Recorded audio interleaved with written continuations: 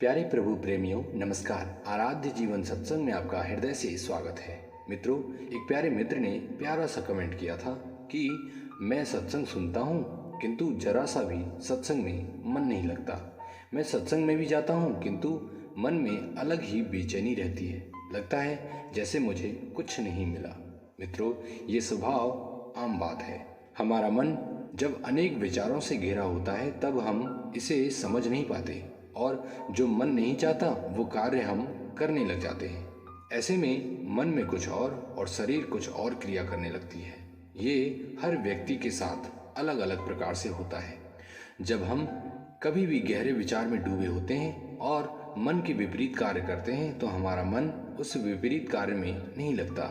इसके लिए हमें अपने मन के अनुसार उस विचार को स्थिर होकर समझना होता है। ये समझना बहुत ही ज़रूरी है कि हमारे मन में जो चल रहा है ये उचित है या अनुचित है। यदि अनुचित है तो क्यों है?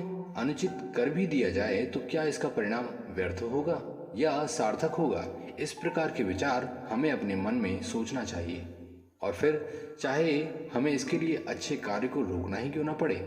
जब तक मन का द्वंद्व समझ में नहीं आएगा तब तक कोई भी कार्य न ही अच्छा है और न ही बुरा है, अर्थात सभी व्यर्थ हैं। इसमें सबसे बड़े मजे की बात है कि इसकी जानकारी भी हमें सत्संग के द्वारा ही मिलती है। मन को समझाने का कार्य भी सत्संग का ही है। मित्रों, व्यक्ति का मन एक पानी की तरंग के समान है। ये कभी भी एक स्थिर नहीं होता। याद रखिए, पानी के समान है, पानी नहीं है। पानी में स्थिरता नहीं है, अर्थात तरलता होने के कारण इसे कभी भी चलाया जा सकता है। किंतु बड़े मजे की बात, मन को एक बार स्थित कर दिया गया तो चलाया नहीं जा सकता। ये निर्भर करता है कि इसे स्थिर करने वाला कौन है और कैसा है।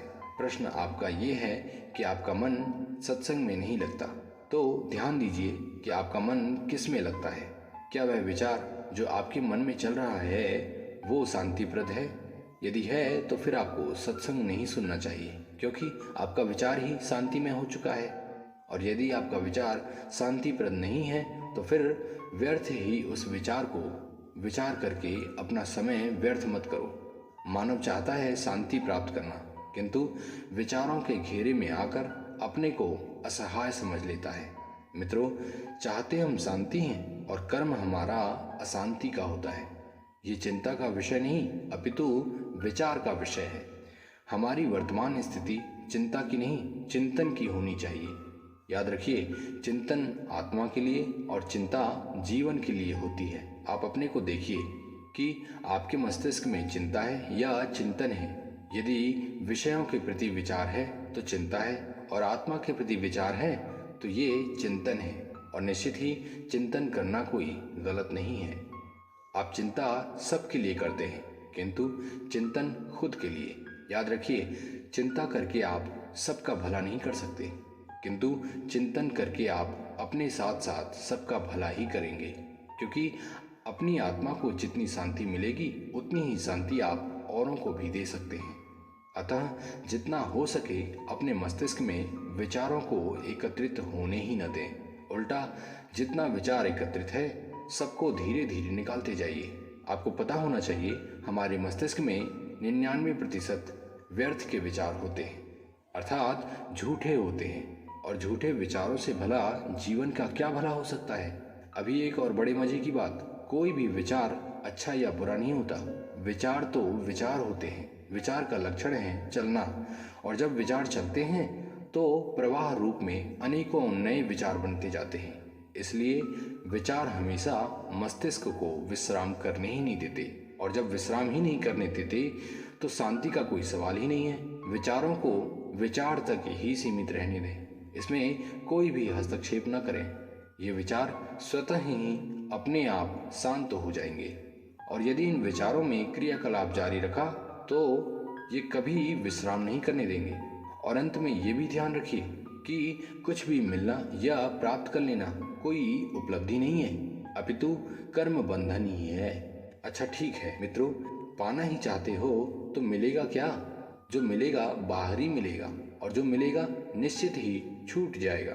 तो जो छूट जाएगा उसे पाना कोई बुद्धिमानी तो नहीं, मानव अपने जीवन में जो भी कुछ प्राप्त करता है उसे एक न एक दिन छोड़ना ही पड़ता है।